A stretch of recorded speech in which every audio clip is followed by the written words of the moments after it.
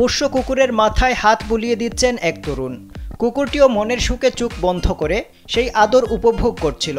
কিন্তু এই দৃশ্য সহ্য করতে পারেনি গিরগিটি। সামাজিক যোগাযোগ মাধ্যমে এরকম একটি ভিডিও ভাইরাল হয়েছে।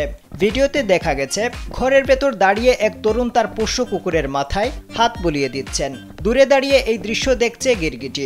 তরুণের অন্য পোষ্য সেটি। সে যে আদরের ভাগ পাচ্ছে না তা মেনে নিতে কষ্ট হচ্ছিল গিরগিটির।